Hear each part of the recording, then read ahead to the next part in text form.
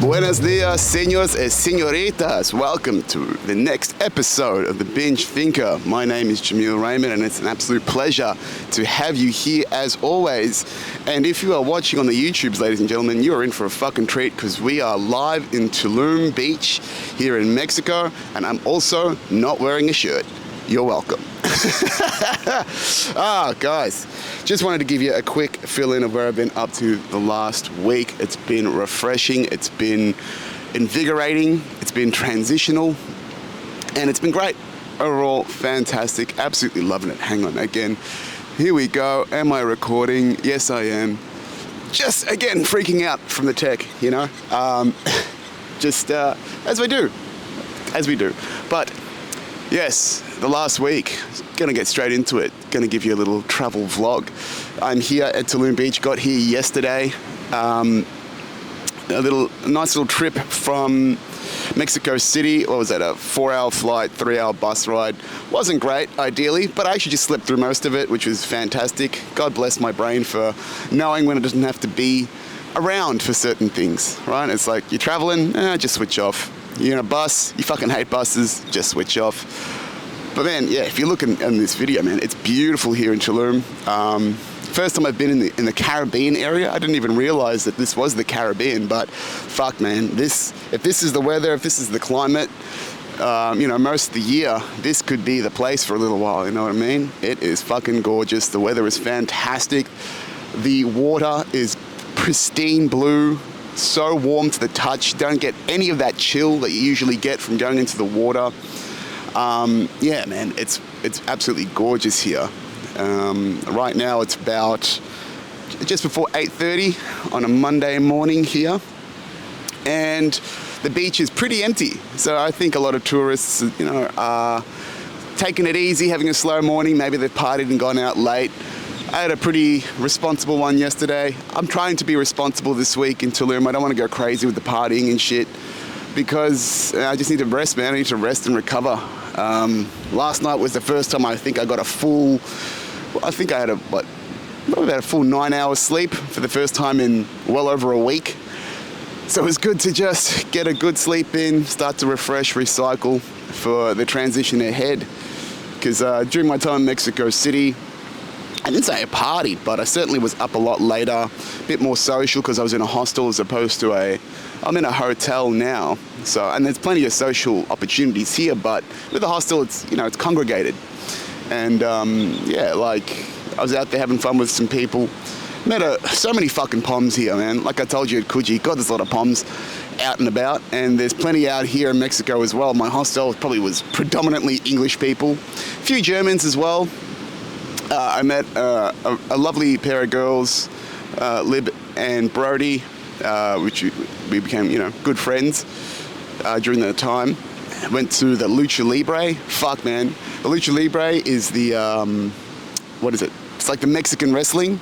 Like, you probably would have heard of Nacho Libre, that movie with Jack Black and stuff. Fuck, it's so much fun, dude. Like, they are juiced. These Mexicans are juiced to the gills, mate. They are on so much testosterone, but still so athletic. Able to pull off, all the even crazier wrestling moves that you would see in the WWE and stuff, doing flips off the turnbuckle. Man, they really put their fucking bodies on the line, man. Full respect to them. And to be so jacked and yoked and still flipping and flexible and pliable, man, full respect to the dudes, man. They are really they love the craft. They are putting their body on the goddamn line. And you just get into it. You really just get into the energy of it. We went to, I think it's called Mexico Stadium, but I think it's purpose-built for Lucha Libre. It's on there 3 nights a week. We went there on a Tuesday, and it was probably about 50% full, but, I mean, the energy there was still wild. And the locals, man, some of them get into it. They, they are screaming in Spanish, and you're seeing, even older ladies, probably in their 40s, early 50s, a couple of really loud ones at their back, just, puta madre! Just fucking, really calling these wrestlers' mothers whores and telling them to break their nuts like eggs. It was so much fun. Just, yeah, you can't help but get caught up in the energy of it. So good. What was so crazy about meeting the girls, though, is that on our last night together, which was Saturday night, just 2 nights ago, I found out that we had a mutual friend that was one of their like close friends that I had met in the hostel at Coogee just a week before, right? This other English bloke, his name's Jay, again, like me, Jay, crazy.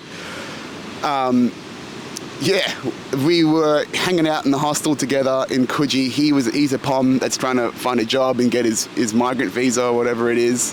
And we got along. We played pool together and, hung out for a couple of days. Great bloke. And then we found out that they are like close friends, like real close friends, just a week later hanging out with those two girls. I was like, man, synchronicities of the world, huh? How crazy. From Mexico City to Coogee to England, insane. So fun though. Great bunch of people. But what else has been going on, man? Yeah, in Tulum, what am I aiming to do here this week? Just rest and recover a little bit, take it slow.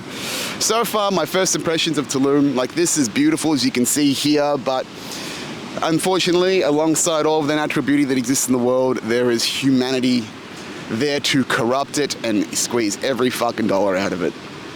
It is, it's expensive here. It's not expensive necessarily, but it's not cheap compared to the rest of Mexico. The rate for foods and accommodation and stuff like that is not too dissimilar to living in Melbourne, which is not bad, right? I didn't necessarily come here for a cheap holiday. I came here for experience. Although I am, a little bit iffy about burning through my cash just because I don't have money coming in right now. The pre-sales and stuff have slowed down on the course whilst I've been taking a break, working on other stuff. Just needed to slow down for a bit, but I got enough cash to get me by for another 6 weeks at least, and then I launch in 2 weeks anyway, so I'll be fine. But I do get I'm a little bit more cautious about how I spend my money here. And it's also annoying just to know how expensive shit is here in comparison. For an example, the taxis here in Tulum basically dominate the transport for turistas like myself, and they are charging overs, bro. Overs. Like, for example, it took me a taxi trip from the airport in Mexico City from my hostel, probably about a 20-25 minute trip. I think it cost me around 200 pesos, which is about $20, so the exchange rate's about 10 to 1. So 10 pesos for every Australian dollar. So $20, not bad. A 15-minute cab ride from the main strip of Tulum, central Tulum, to the hotel zone where I am beachside. 500 pesos, $50 for a 15-minute cab ride. And that was cheap compared to what they've charged other people. Fucking insane, mate. I mean, there is a cartel here, literally. There's two types of cartel. There is the taxi cartel and the legitimate Mexican cartel.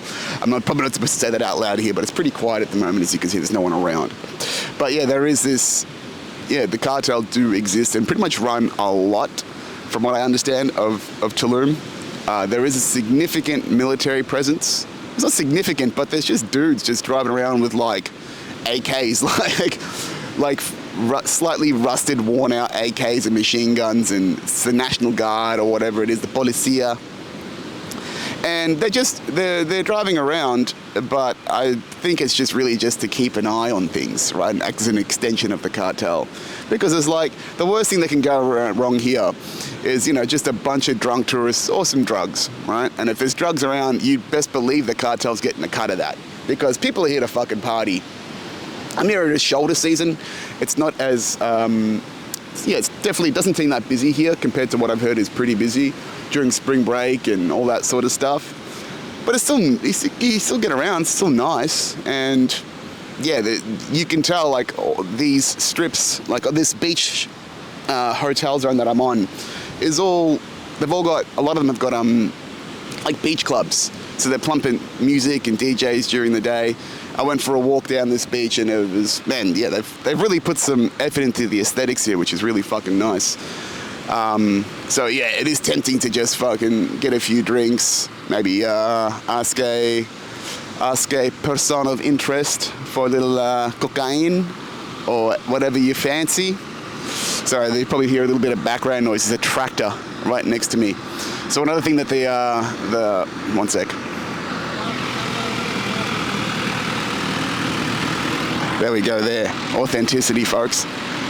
So another thing they do here on the beach side is they must, as a collective, arrange for a bunch of laborers to clean up seaweed. So there is a seaweed situation here in Tulum. Look, it's natural, I understand that, but I think it can get pretty intense here sometimes because the water is just so conductive to growth. Like the water temperature is beautiful, the sun, very fertile area.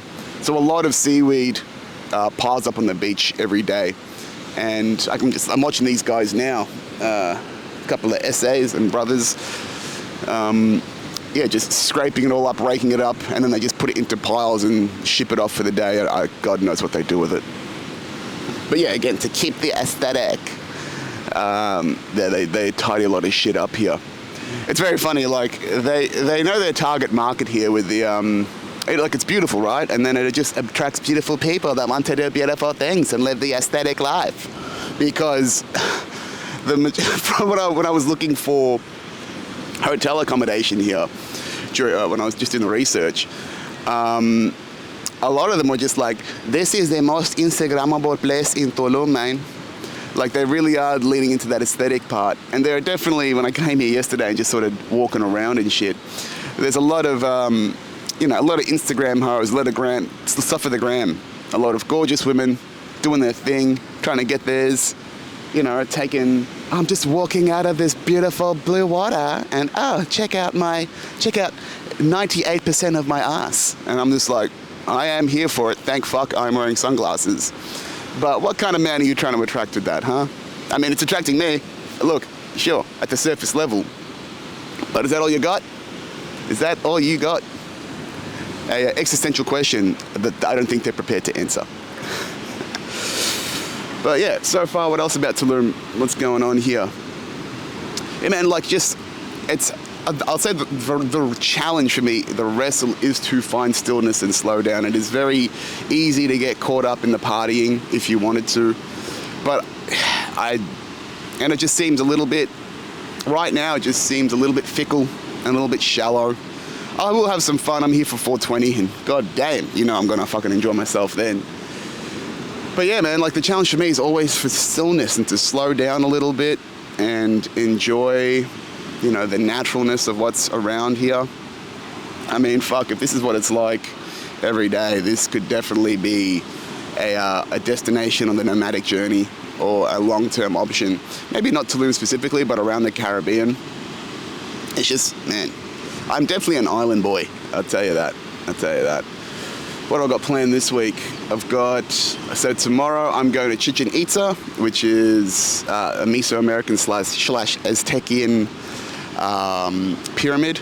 It's widely regarded as one of the 7 modern wonders of the world. So I'm keen to see that.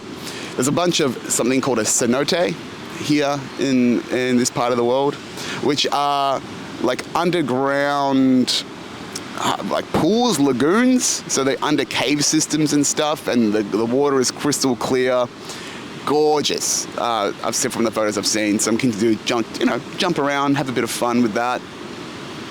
A couple of days I'm going to the, I don't know how to say it, Siangkan biosphere, which is a naturally protected area of land, which is basically a big national park here, and there's things like manatees and crocodiles and different sorts of wildlife there. So yeah, again, I just wanted to opt for a slower, more naturalistic sort of time, right? And then I've also got some other things planned. I'll obviously explore central Tulum and see what's going on there. There's some more ruins up the top of the beach area. Yeah, I just want to take it slow a little bit. I'm still working a little bit here. I'm preparing for the launch. Did a little bit of work yesterday, put the newsletter out. Still trying to integrate work in life into this new world and not just try and fully disconnect, compartmentalize the work I have to do. But once it's done, have your fun, mate. Get out there into the world. This is what you work for, right? Again, I'm starting. Yep, sorry. Again, just getting really tetchy about the tech, just looking into it because the batteries are a bit low on both of these. I got to recharge. Guess it's not just the tech, huh? That needs a little bit of a refresh. What else? I'll tell you what's going on let's go through the week that's been. So, Lucha Libre, did that. Took it easy, man. Like, fuck. TMI, I don't think I've taken a proper solid shit since I've been here. There's just something about the biome here. My stomach hasn't fully settled. Eating different food. Indulging in a little bit of spice. I mean, the hot sauces here are delicious, bro. Like, and they have so many different levels of spicy food, and it just does taste so fucking good when you have it with, a bunch of tacos or volcanes or things like that. It is delicious, so that is partially my fault. As usual, being in the northern hemisphere, getting good coffee is at a premium, so I've been having to drink a lot of weak-ass Americanos, which I don't mind, but I just wish it gave me a little bit more pep, Like I've had 2 just this morning, just to get me to a regular buzz that I would have in Australia. But, maybe it's good for me to detox from all the caffeine for a little bit, And then, just so took it slow, besides the Lucha Libre. I mean, Mexico City is what you make of it. It can be fast or it can be slow. There is a lot of developing areas. I did go to some lovely parts of town, Roma Norte, and I forgot the name of the other place, starts with C. Probably Condesa. And they're the beautiful parts, the nice, rich parts where all the expats and all the white people live. But, I mean, the architecture is beautiful there. I just took it slow, just walked around, enjoyed, the well-designed streets. I love their architecture. I don't know what it's called, Art Deco or something like that. I can't remember. But it's got a very Hispanic feel to it. And, and there was one day where I just did fucking nothing because I was just tired. The day after Lucha Libre. Because, tired. Sleep's inconsistent, diet's inconsistent. I've done 2 workouts in the last week. So, again, if I'm wondering, why am I so fatigued or tired? I just feel a bit rough. It's because I've basically given my entire body a jolt, right? From lack of sleep, different diet, different food. To go after 3 months of being pretty consistent with what I'm doing, naturally you got to just fucking slow down. And then again, like I said last week, it's like, I'm here to slow down, here to do things differently, got to give myself a bit of patience. If shit happens and my anxiety creeps up or problems happen, then I know it's just my physical and mental fundamentals aren't being adhered to. And the body's going, hey, we're under duress here, we're not used to this shit. So, and then again, just the challenge of slowing down in general for me. And the good thing, I guess, I don't know if it's good or bad, but Mexico City, it's just a second world city. I've been to plenty of them. Yes, is it nice? Sure, but it's dirty. It's not much of an indifferent experience to being in a Bangkok or any other developing nation. So you can get a bit tired of that pretty quickly, just the pollution, the noise, and the dirt and stuff. So you do want to hang out in the nicer places from time to time. I wouldn't say I'm missing much of Mexico City. I did go to the city center and stuff, and that was nice, but it's not noteworthy. I'm not oh my God, man, this is beautiful. I was it's pretty, but cool. So, I guess the highlight of the last few days was going to my mastermind for Founder OS, my business coaching mastermind. That was fun, man. It's certainly, would I say it's worth the trip? Yes, absolutely it was worth the trip. Just because I got to connect with so many other people that are on this journey of creating their own business, creating their own freedom. And there is something that's really reassuring about connecting with those sorts of people, because I just don't have that in Australia. One of the reasons why I want to leave Australia is it's just not that supportive for entrepreneurs. There are some resources there, don't get me wrong, but there's just a small town mentality for the vast majority of it.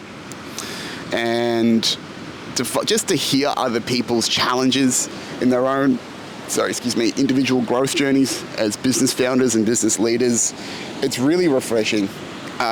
Because as much as I tell you things are going well, it is tough out there, right? I do have a lot of anxiety about the business going well and taking these risks on myself. And Elon Musk says, it's Like, running a business, being a CEO or a founder is staring into the abyss and eating glass for an extended period of time. And it certainly feels like that sometimes. So it is very reassuring and very nice to have other people talking about how they're eating glass. And like, in comparison to others, there's some, again, all great people, fantastic people. So this is not a knock, but it's just a nice little perspective, is that some of these guys have got a little bit further ahead in the market than me. There's a couple of founders that have got, 6-7 people on their team, and they're generating revenue, which is fantastic. But to have 7 people's shoulders on your back when you're an early stage founder, and you're still trying to hone in the product and the offer that you're creating, God bless you, man. That's some tough shit. That's a tough position to be in. And I have a lot of respect for these guys. And some of these guys are younger than me too. So fucking good on them, man. I thought I was tough and resilient, but I'll tell you now, like, I'm freaking out about just maintaining my own fucking well-being at this point. And then these guys are taking it a step further, and they've got 7 people's well-beings and livelihoods on their back. And they're early stage and they're bootstrapping, so they're not getting any funding. They're just trying to find their way and make their own products and generate their own revenue out of fucking thin air. Like, God bless them, man. Good fucking on them.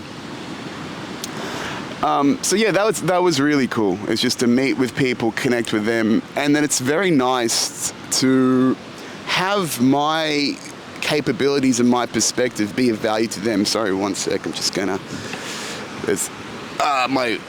The camera's on a stand and it's getting a bit windy, so I'm a little bit sus that it's going to flop over, which I don't want. I do not want to have this camera in the sand. There we go. Authenticity, folks. And I just lost what I was talking about. Fucking hell, that was like 3 fucking seconds. Oh yeah, having my skills appreciated. Like, again, because I'm in my own little bubble, I'm in my own little head for months, and so sometimes it's hard. You don't get that perspective on whether what I'm doing is valuable or not. But a lot of people, if I tell them, I'm a 2x top 1% seller, they're like, holy shit, let's chat, right? I kind of underappreciate how valuable my skill set is in the world because I haven't been in it yet. It's just been in this little ecosystem of Cisco, right? And in the tech sales world, and it's appreciated for a brief period of time, but then it's back to the rat race of how do I get the next deal and how do I my next quarter, and it gets forgotten very quickly. Whilst the legacy of what that means is extremely valuable in the rest of the world that isn't necessarily just back in their own rat race, or they are in their own rat race, but they are looking externally for where do I find the next sale? How do I put this shit together? And they don't have the resources available to them that I have in my brain just naturally now, that it's just imprinted, right? It's like, I don't think of this as too valuable because it's just ingrained into my brain of how to sell and how to design things. So I've got to get out of that bias because it is extremely valuable. I've already got probably a few leads from people, other founders that are building shit in tech. Immediately they want to have conversations and stuff like that. So, yeah, there might be, I wrote this down earlier before, there might be an opportunity for a micro course in founder selling, which I might focus on. And I think I'd probably have to, once I've got a few more reps under my belt of my own wins, if I say, hey, this is my own numbers, then again, it just provides more proof of what I'm capable of doing. And there already were those leads generated from doing the work with Main Sequence and doing that founder selling stuff, but it seems to be a pretty high value niche for me that I can lean into as well. So that could be another revenue stream for my coaching because those guys have money. My students, I do love and care for them and appreciate them investing. Their revenue gap or their income cap is like max $300,000, right? And I'm talking about US here as well. But the founders, they could spend a lot more and be earning a lot more as a result of their products and their solutions. So there's a lot more revenue opportunities and getting more quality per customer as a bunch of students. Because like even right now, like I'm still getting people trying to chat me down and negotiate me down on my fucking $700 price. And I'm like, cunt, I am 100xing your investment, and they're still going, oh yeah, any discounts, like it's tough out there, and I got to find money to afford it. I get it, but those aren't the people I want to be dealing with, right? I want to be dealing with people that understand that these skills are immensely valuable and can invest into them, because the compounding effects are fucking huge, right? These are life skills that they can improve upon. But yeah, one of the great things of Founder.os and this mastermind, was, again, meeting with like-minded people. Got a few ideas out of what my next steps are, but not too much about what my next steps are, I'll be honest. Just because I already have my launch strategy in place and there's not really much else I can do. It's like, get the documentary out, post like a motherfucker, engage like a motherfucker, get my shit out into the world as much as I can for the next few weeks. Let the documentary and the sales funnel do its work. And the idea is to have a course that's selling itself through my brand, through my capabilities, through the social media engagement, and that's really it. And then I can DM people and do some direct response marketing as well. But I get the biggest takeaway for me, and what I was really connected to, was there's a lot of founders and entrepreneurs there that are spiritually minded and are trying to create businesses or, develop businesses from a spiritual core, a purposeful core. And there was a lot of people there, a lot of founders, a lot of them older than me, which was pretty interesting as well, that, are doing the inner work, that are, working on themselves, going to therapy. I even got to meet Matt, Matt's coach. So how do I put this? So Matt Gray is the founder of Founder.os and is technically my coach, right? And then he did a segment where he brought his coach on and talking about the founder struggle, the emotional struggle of being a founder. And his coach, Ryan, who I met at dinner the night before, is a 41-year-old dude that coaches CEOs for a living. I mean, this guy must be fucking loaded, and he's talking about internal family systems, which is his preferred method of therapy. And Matt is my age. He's like 32, 33, or maybe a little bit older, but around in his early 30s, and this guy's running a multi-million-dollar business.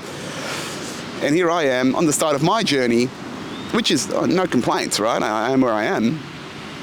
But, to be 41 and coaching other multi-million-dollar CEOs, and I got to have a conversation with a guy who used to be the CFO of Shopify, right? One of the biggest e-commerce platforms on the planet. And he's a spiritually minded person too. And he does Kundalini yoga, and he does his meditation, and he's got his morning routine, and that, it's really cool to be surrounded by high-powered people like that who are doing their own journeys, having their own struggles. And I was speaking to that guy there. His name is Mark, that Shopify CFO, and he's in his early 50s, and he's coaching 18 other CEOs that are approximately half his age, which is fucking wild, dude. Right? And these founders are, multi-million-dollar startups, usually VC funded. So he's coaching the next generation of founders and business leaders, which I think is really fucking cool. But what's really interesting is he's had his own demons and his own breakdowns. And he's gone through his own spiritual journey, which has only been the last 4 or 5 years as well. So I do feel this immense perspective that even at 33, I'm doing a high degree of inner work, and people that I would think, ooh, they're powerful and have got it together and got their shit together. Like I said, an executive at Shopify, for example, not to say I'm comparing, but it's like, shit, I'm pretty ahead of this game if this guy's, getting to these high levels of power, but are also having their internal demons and have been, alcoholics and didn't know who they really were, and still stuck in the, in the UX world, at the surface level world of who they are, and who are struggling with their own identities, and, spent the majority of their lives to that point, 30, 40 years with, mental health problems and just all of that existential guilt and dread and challenge, right? And knowing that they have to change. So if I'm having this waking up at 29, and not to say that I'm on the same level, but in the same ecosystem as these people at 33, and there's the potential for me to be coaching other leaders in my 40s and early 50s and helping develop them. and then doing that from a spiritually minded place where people, are there to provide service and to help coach and provide mindset and perspective to people that are creating new and interesting things, and who are, again, these founders, God bless them, are doing so potentially from that level 1 or 2 stage of consciousness where they are still within their own minds and still absorbed by the ego. But I would presume that these people who are doing this, again, these founders, no disrespect to them, must be resilient, have a degree of challenging themselves, and aren't just completely sucked into their own egos and perspective, and out of their own traumas entirely. I'm sure they are to a degree, right? We all are, even at my level. It's just really fascinating and really invigorating, right? To understand where my place is right now in comparison to a lot of the world. Is that I've gone from the top 1% of salespeople to now really in the top 0.1%, potentially even higher, to be a founder and to be in this perspective in this community of just purposely led founders that are trying to create cool things for the benefit of people, right? That's really beautiful. It's invigorating. Just to know that I'm in that world and have access to those kinds of people, because I haven't had that at all. And I've been a part of this course and this community for the last 6 months, don't get me wrong, but to connect with these people on a human level, one-to-one, and realize that a lot of these people are, really focused on being their best, embodying themselves, being of service to others, that there is this community of soulful entrepreneurs, right? That was the original name of Founder OS, this program that I'm part of, the Soulful Entrepreneur. Matt is talking about working with clarity and purpose as well. But he actually got rid of the term soulful entrepreneur and replaced it with Founder OS, because a lot of people wanted to get past the woo-woo aspect of spirituality and just focus on the systems. And I'm sure that would have taken a bit of a hit to his ego when he designed it to be like, no, it's not about the purpose and the wishfulness and whatnot. It's about how the fuck do I make money? Which is fair. I totally get it, right? Because when you're starting out, you're in survival mode and you're like, this fluff is nice, but it's not paying the fucking bills. How do I build something that makes me money? And then once I'm making my money and I have that moat and that protection of income, then I can be moving from surviving to thriving, and then thinking more abundantly about what I'm doing in life and that purposeful stuff. I'm in the same boat, right? I'm in the same boat. I get it. But then, a recurring theme of the people that I'd met and a lot of the feedback that Matt had gotten during the mastermind was that people like the soulful entrepreneur bit, that they do like the purposefulness and working from that spiritual core. It's working from the soul. So maybe that's a niche, or maybe that's just an unintended part of the community that, just has value to people. Because again, the vibe is the tribe, right? The vibe is the tribe. And the vibe that I guess he's put out, maybe an unintended consequence, maybe an intentional consequence, I don't know, is that, he's attracting spiritually minded people with operating from purpose, from the core, operating from that soulful aspect of themselves, and not just there for the fucking money, right? Everyone's at the very least pursuing freedom and independence, and probably tired of the machine and the systems that we operate in day to day. So to be connected with these people, made a few connections, other Australians, a few other embodied men, a lot of conscious men out there. Yeah, man, super valuable, really invigorating, just gives me a new lease, right? This is what I came here for. I knew that this is going to be a transitionary period in my life to move away from the constraints of corporate life into a challenging but beautiful new world where people are operating from a sense of purpose and direction, like I am, and to find that community, it's super invigorating, man. It's early days, and it's good shit. I also connected with a guy called Colby. Really got to know this dude from Milwaukee. We used to be a farmer. Well, came from a farming background. Now he's running a small digital marketing agency. Really cool dude. We really connected on many levels. Very driven. Very self-aware, pardon me. And yeah, we just really got to know each other one-to-one. I did his podcast yesterday and helped him produce it just on the fly. And yeah, again, man, just like genuine connections with people in this new world. Really valuable stuff. Really grateful for it. And it's early days, right? These are seeds that are planted. You got to let them nourish, you got to let them flourish, you got to let them grow. But genuine connections all over the world now, which is fucking nice, man. It's really fucking nice.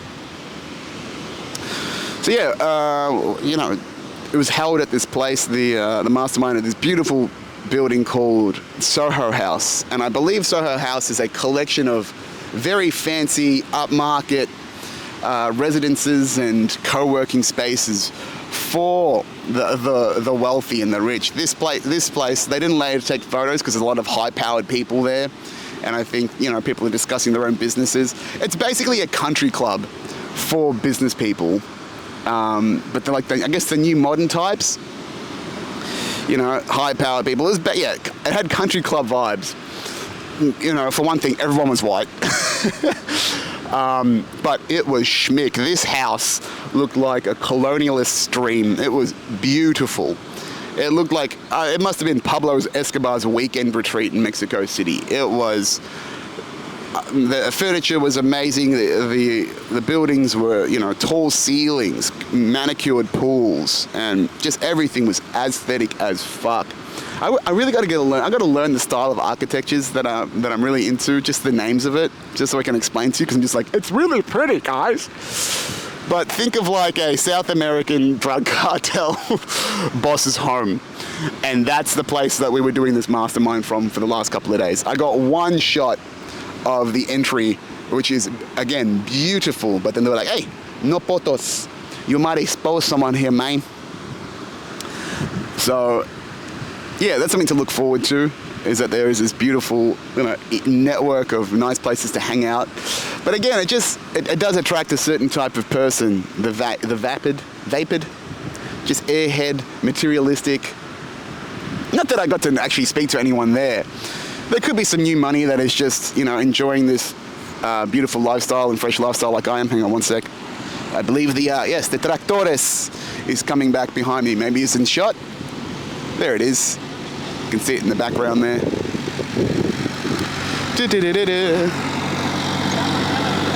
A lot of infrastructure here. Because Tulum is being, you know, rapidly developed right now. So it is losing a bit of its sheen. Even people that came here a few years ago said that it was a spiritual hub for a long time because it's in a beautiful place and very aesthetic, very pretty. But yes, even now, it's getting ruined by corporatism. 'Tis a shame. But yes, yeah, talking about the vapidness, you know, it does attract a certain type of people. They are hot, can't deny it, right? I think wherever there's money, there's going to be beautiful people living the lifestyle, living that high-value aesthetic lifestyle, and it's a challenge to find the right people with the right intentions in there to connect with genuinely, right? Just a little bit conscious of my batteries and multiple levels. Oh yeah, I've got to get the fuck out of here because it's 7% on my camera. And then I know that my microphone is low. So look, sorry to cut it short there, folks. Done a half hour, that's plenty for now. I'm going to leave it here for this week. You know where to find me, folks. I'll be in Tulum. TechSales.academy. You know what? You know where I am. You know where to fucking find me. I don't need to fucking plug things. I'll see you next week, folks. Thank you for your time. Thank you for your time and attention, as always. Love yous all. See you next week. Ciao for now.